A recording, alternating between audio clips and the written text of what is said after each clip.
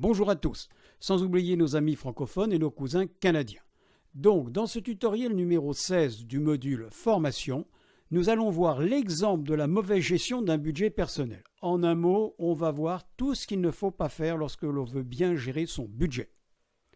Alors, comme d'habitude, un petit rappel donc sur l'architecture générale de l'action de formation gérer son budget, avec un module initiation, un module formation et un module pratique. J'appelle tout de suite votre attention sur le module formation. Ce module formation est un module de transition du module initiation qui, lui, traite bien évidemment tout ce qui est de la théorie, et le module pratique qui, lui, concerne l'apprentissage à la gestion, au suivi et au contrôle d'un budget. Alors, on va voir donc, pour bien comprendre ce qu'il ne faut pas faire, on va voir le budget de monsieur l'économe. Donc, on va se mettre en situation et on va voir le budget de monsieur l'économe pour l'année, 2000XY. Donc, son budget est le suivant.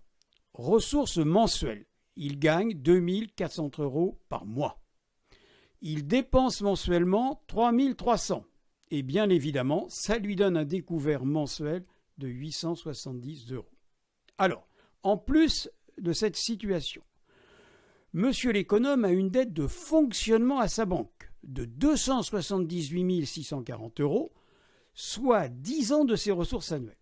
J'appelle votre attention là que c'est une dépense de fonctionnement.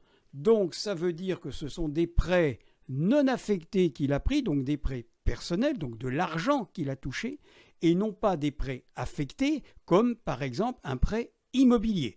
Ça veut dire que derrière cet argent qu'il doit, cette dette qu'il a, il n'y a absolument aucun bien physique sur lequel, en cas de surendettement, il pourrait amortir sa dette. Alors, c'est bien évidemment cette dette, c'est le cumul de tous ces découverts depuis des années et des années.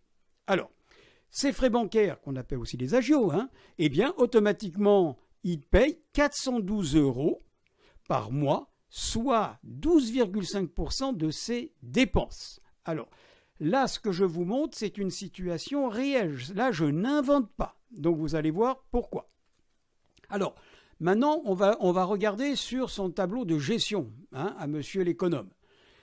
En recette, qu'est-ce qu'il a ? Il a ses salaires, 22 535, il a des primes et il a la CAF, donc il a des prestations sociales.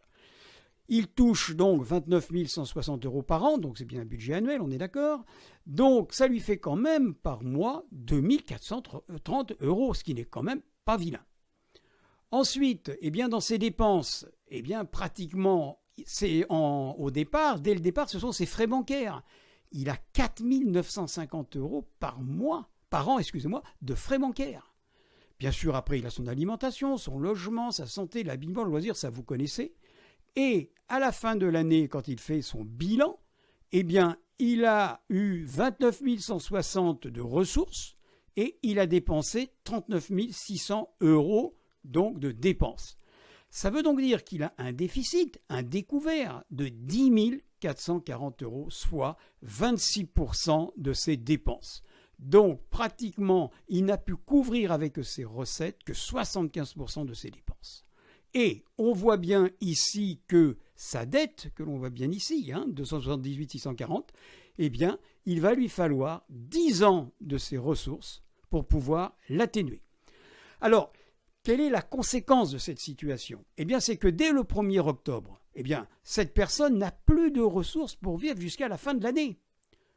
Donc, qu'est-ce qu'elle fait ? Elle se trouve donc dans l'obligation d'emprunter à son banquier 10 440, qui viendront bien évidemment s'ajouter à sa dette existence de 278 640. Ça, c'est l'effet boule de neige.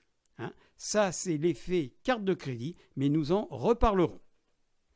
Bon, maintenant, je vais vous faire une grande surprise. Car vous connaissez très bien monsieur l'économe et vous en entendez parler tous les jours, sur les médias, la télé, vos tablettes, vos ordinateurs, la radio, vos smartphones, partout, vous en entendez parler. Pourquoi ? Tout simplement, parce que c'est monsieur l'État. Monsieur l'économe, en réalité, il s'appelle monsieur l'État.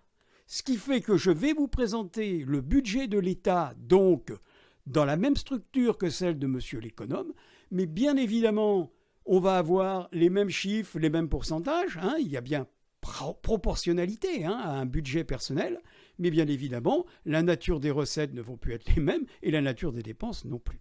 Donc dans la nature des recettes, bon, petit point, il y a les recettes fiscales et non fiscales en ce qui concerne le budget de l'État. Mais en nature de dépenses, on retrouvera l'impôt sur le revenu, l'impôt sur les sociétés, les taxes sur les produits pétroliers, la TVA et les autres taxes.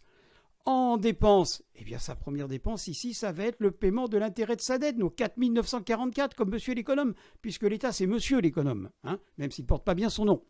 Donc on va avoir ici les ministères, que l'on appelle dans le jargon les ministères dépensiers. Donc on retrouve les mêmes proportions, donc je ne vous en reparle pas. Par contre, vous allez voir ici, il a effectivement la même dette que monsieur l'économe. Donc on est toujours, aujourd'hui, l'État, s'il voulait apurer sa dette, il faudrait qu'il y ait 10 ans de ses ressources pour pouvoir l'apurer. Son déficit, lui aussi, est de 26%. Donc, voilà le budget de l'État aujourd'hui, ramené à des proportions d'un budget personnel. Je vous présente donc maintenant le vrai budget de l'État, c'est-à-dire que bien évidemment tous les pourcentages sont les mêmes que nous avons vus tout à l'heure, mais avec, au lieu que ce soit des milliers d'euros, ça va être des milliards d'euros. Donc la structure, bien évidemment, est la même que le budget de monsieur l'économe, sauf que nous sommes ici en milliards. Alors, je voudrais appeler votre attention sur la dette de l'État. Pourquoi ? Parce que cette dette de l'État, c'est une dette de fonctionnement. Ça veut dire que l'État, dès le mois de novembre, n'a plus la trésorerie nécessaire dans ses caisses pour pouvoir assurer tous les paiements de son fonctionnement et notamment de sa masse salariale. Donc, qu'est-ce qu'il fait ? Il va emprunter de l'argent, il va utiliser sa carte de paiement. Alors, la particularité aussi, c'est que contrairement aux collectivités territoriales, je vous rappelle, la mairie, la communauté d'agglomération, département, région, ces collectivités territoriales ont une obligation. Leur budget de fonctionnement ne peut pas être en déficit. Budget de fonctionnement, masse salariale, tout ça, ça ne peut pas être en déficit. La seule chose qu'ils peuvent avoir, entre guillemets, en déficit, ce sont le budget d'investissement. Mais là, c'est bien normal que le budget soit aussi en déficit. Mais la différence, c'est qu'un investissement, c'est que derrière, vous avez un bien physique. Vous avez un immeuble. C'est pour ça qu'il m'arrive de dire que la dette des collectivités territoriales est de la bonne dette. Parce que cette dette représente quand même que des dettes d'investissement. Alors je ne dis pas qu'il y en a peut-être eu trop, ça c'est autre chose. Alors que l'État, ce n'est pas du tout une dette d'investissement, ce n'est qu'une dette de fonctionnement. Cette précision, je crois, est importante. Alors, je vous ai mis ici des petits schémas, vous les regardez comme ça, si vous voulez plus de précision, à ce moment-là, vous allez directement sur le site de Bercy. Alors, ici, on voit bien qu'on a le positionnement de nos recettes, de l'État, impôt sur le revenu, la TVA, bien sûr, on le sait. Ici, les ministères, vous voyez quand même que l'intérêt de la dette est un des postes les plus importants aussi, bien évidemment, de l'État. Et je vous ai mis ici un petit graphique qui est intéressant, parce qu'on voit, ici on part 74-75, c'est à peu près, c'est là où a démarré la dette après le premier choc pétrolier. Donc, on est monté, regardez, c'est exponentiel, et on arrive ici en 2018. Voilà, donc là vous voyez un petit peu que si on ne fait pas quelque chose, on va avoir des problèmes. Mais ça, tout le monde le sait. Nous allons faire maintenant un exercice pratique de simulation. Alors, cet exercice est identique pour un budget personnel. Tout le raisonnement que nous allons utiliser maintenant est le même pour un budget personnel. Alors, notre mise en situation. Allez, on va rêver un petit peu. Nous sommes élèves à l'École nationale d'administration, à l'ENA. Et notre professeur de finances publiques nous demande de répondre à la question suivante. Alors, on va bien la lire. À partir des éléments actuels du budget de l'État, proposez les différentes étapes chronologiques à mettre en œuvre pour tendre, on dit bien tendre, vers un décroissement de la dette. Eh bien, je vous propose que nous réfléchissions ensemble. Quelles sont ces étapes que l'on va pouvoir mettre en œuvre? Bien évidemment, c'est un exercice théorique et que les conseillers ne sont pas les payeurs, mais on va voir que sur le plan de la méthodologie, eh bien, il y a des solutions. Donc, on se rappelle de la situation du budget de l'État. Encore une fois, je vous rappelle que tous les chiffres, même s'ils sont en euros, sont bien proportionnels. Que, premièrement, eh bien, notre État, il a une dette donc, de 10 ans devant lui, 270, 640. Qu'il a ici une charge, on appelle ça la charge de la dette, donc le paiement des intérêts annuels, donc de 4 944, et qu'il a, en ce moment, chaque année, un déficit de 10 440 €, représentant pratiquement un peu plus du quart de ses dépenses. Là, j'appelle votre attention, parce que lorsqu'on regarde le déficit, il est de 10 440. Or, l'intérêt de la dette, lui, il est de 4 944. Ça veut donc dire que la dette les intérêts de la dette ne représentent que 50% du déficit. En un mot, si l'État n'avait pas de dette, ne payait pas d'intérêt, eh bien, malgré tout, il serait quand même en déficit de la moitié de cette somme. Ce que je vous dis là est important pour la suite de la démonstration et du raisonnement que nous allons avoir. Alors, maintenant, qu'est-ce que l'on va proposer comme solution et que l'on va développer? Eh bien, moi, je vais vous dire, je vois deux étapes. Une première étape, c'est d'abord d'atteindre l'équilibre primaire. Donc là, je vais vous expliquer, ce qu'est l'équilibre primaire, qui est valable aussi pour votre budget, encore une fois. En deuxième étape, on va voir comment tendre vers un décroissement de la dette et du déficit. En un mot, ce qu'il va falloir qu'on essaye, c'est de renverser la tendance. Et bien, quand on fait ce cheminement qu'on va faire, eh bien là, on fait une approche des finances publiques appliquées. Vous voyez que ça va être très intéressant. Alors, là, le mécanisme infernal de la dette. Alors, avant d'aller voir la méthode que l'on va pouvoir utiliser, on va d'abord s'arrêter sur le mécanisme infernal de la dette, ce qui est encore une fois identique pour votre budget personnel. Alors, la dette, qu'est-ce que la dette? Eh bien, la dette, c'est le cumul des déficits annuels. En un mot, la dette, le déficit du 31 décembre devient de la dette au 1er janvier. Et bien évidemment, il génère chaque année, ce déficit, des intérêts qui viennent eux-mêmes s'ajouter à la dette et qui génèrent donc une augmentation de la dette et des intérêts supérieurs l'année suivante. C'est ce que l'on appelle l'effet boule de neige. Donc, on va bien regarder ici sur nos 3 exercices. Alors, on fait simple, bien évidemment. On voit que le déficit de notre gestion 2018 est de 10 440 €. On l'a vu tout à l'heure. On sait que ce déficit est structuré en montant des intérêts de la dette 4 944 et le déficit structurel, là, il est de 5 496. On a notre dette, 278 640.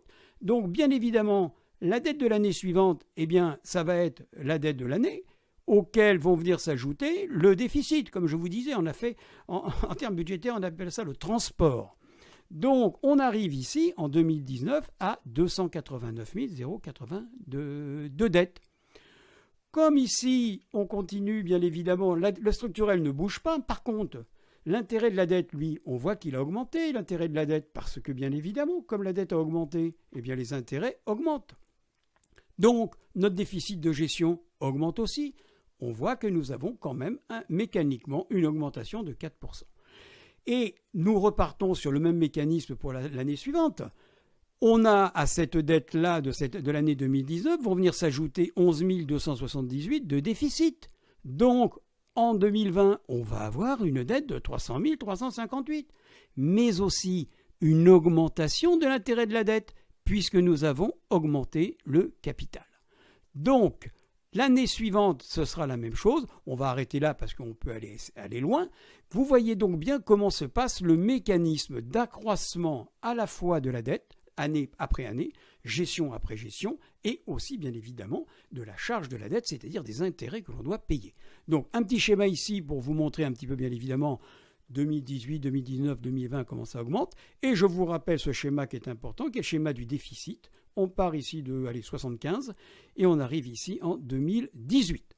Voilà, c'était le mécanisme infernal de la dette. Eh bien, quand on a bien ça en tête, maintenant, on va pouvoir raisonner pour savoir comment on va pouvoir répondre à la question de notre professeur. Eh bien, voilà la première étape que je vous propose pour atteindre l'équilibre primaire. Alors d'abord, la définition de l'équilibre primaire. L'équilibre primaire d'un budget, c'est lorsque le déficit est généré uniquement par les intérêts de la dette. Alors, comment ça se présente ?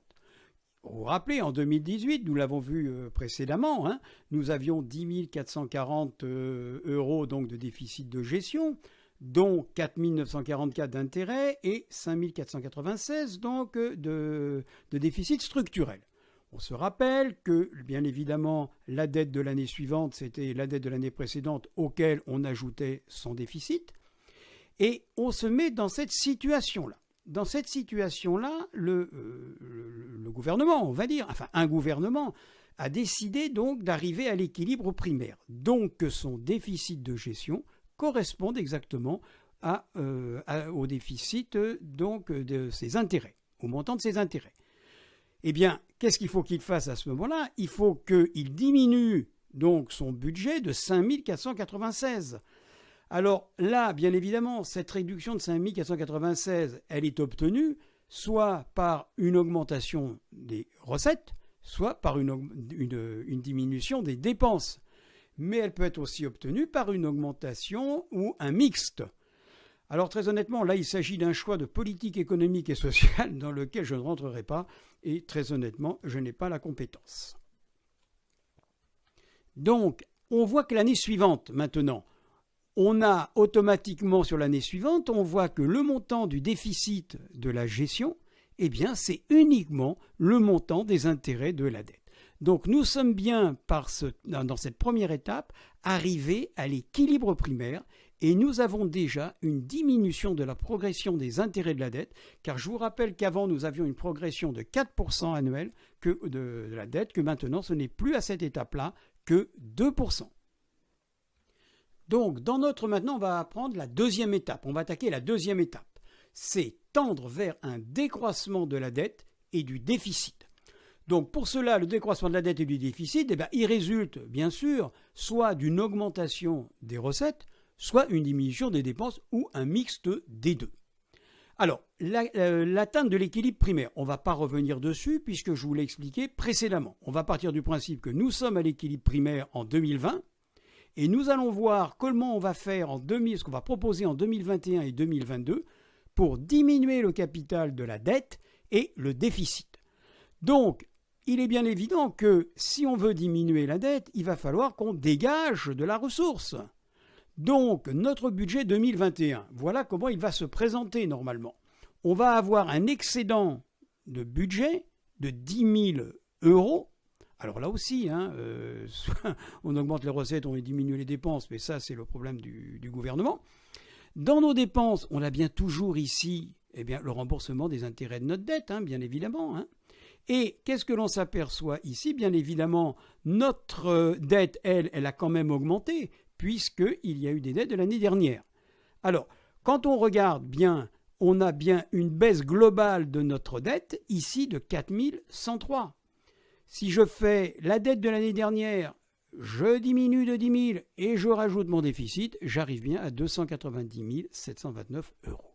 Donc, on voit bien que déjà, on a commencé à faire descendre, à faire décroître notre dette. On continue sur l'année 2022. En 2022, le gouvernement, lui, a dit « Je veux encore aller plus loin pour baisser le capital de ma dette. Je veux rembourser 12 000 cette année-là, en 2022. » Eh bien évidemment, il va rembourser en 2022, il va venir donc diminuer cette dette de l'année dernière de 12 000, auquel on va rajouter bien évidemment les intérêts de la dette qui, eux, représentent une dépense. Mais vous voyez, ils sont déjà en diminution par rapport à ceux de l'année d'avant. Donc, on voit bien qu'en 2022, nous avons une baisse de la dette de 7 800 euros. Nous sommes bien ici en décélération des intérêts et du capital de la dette. Eh bien maintenant, nous allons voir les enseignements à tirer de la situation pour le budget pour un budget personnel. Alors, nous sommes montés très haut, là on va vite redescendre pour tirer le premier enseignement. Le premier enseignement, bien sûr, c'est s'assurer en cours et fin d'année que votre déficit correspond uniquement au paiement de vos agios, c'est-à-dire de vos intérêts, et non à un découvert quasi permanent qui lui constitue une dette et qui, bien évidemment, génère mécaniquement des intérêts. Le deuxième enseignement, c'est afin de ne pas être dans la situation budgétaire de l'État. Il ne faut avoir recours au crédit que pour financer des dépenses d'investissement. On l'a vu ensemble déjà, ce qu'on appelle des crédits affectés. Maison, même voiture, tout ça. Et non des dépenses de fonctionnement courant pour payer les dépenses de la vie courante. Et bien maintenant, je vais vous faire un petit rappel pour la route. On va voir ensemble rapidement ce qu'est la tuyauterie budgétaire. Parce que je me suis aperçu assez souvent que les gens ne savaient pas trop comment fonctionnait la trésorerie de l'État. Alors la trésorerie de l'État, on peut le faire schématiquement de la façon suivante.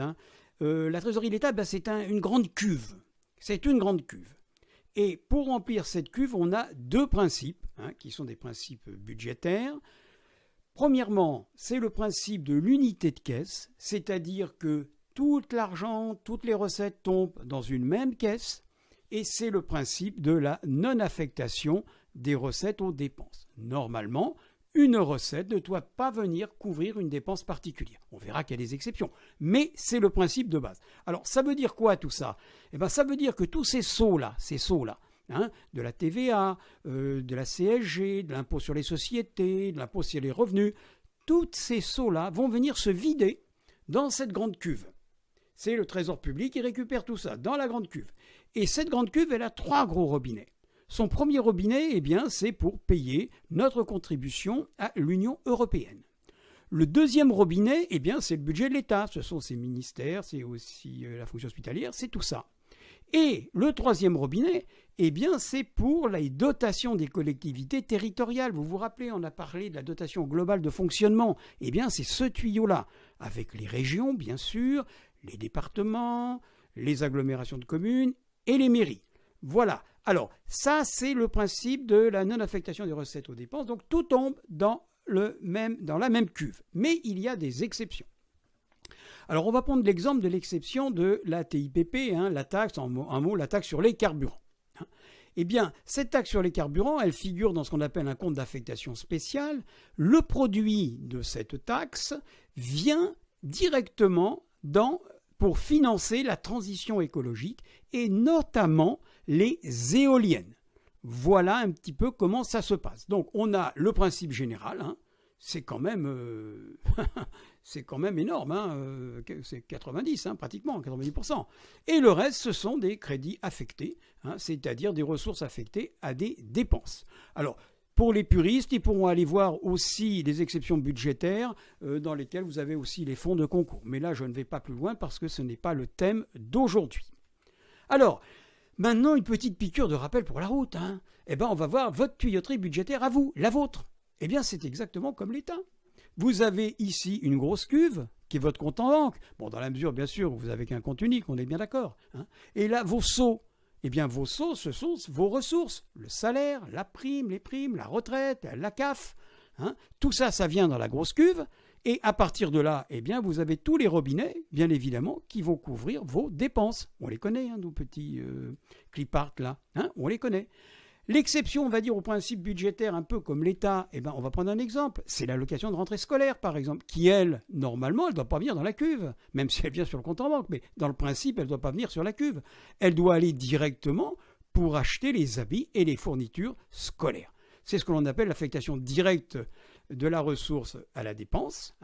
Et voilà le principe. Donc, normalement, là, tout cela, ça fonctionne exactement comme le principe de l'État. Maintenant, nous avons fini le module de formation. Maintenant, il va falloir que nous mettions les mains dans le moteur budgétaire. Il va falloir vraiment, on va un peu se salir les mains. Et pour ça, je vais vous donner rendez-vous dans le module pratique qui est le tutoriel numéro 17. Par contre, au préalable, je vais vous recommander de télécharger donc sur mon site Gérer son budget le kit de formation pratique où vous aurez dedans tous les applicatifs donc Excel de gestion et de suivi d'un budget qui nous permettront de voir la méthode, nous verrons l'outil, la découverte de la méthode, nous verrons tous les cas de ces familles, le budget de ces familles-là, et enfin nous ferons des exercices d'apprentissage, en sachant que bien évidemment l'outil, il vous sera nécessaire si vous le désirez pour construire et gérer votre propre budget. Donc voilà, avant même d'attaquer donc le module pratique, je vous recommande donc d'aller le télécharger, le kit sur mon site Gérer son budget.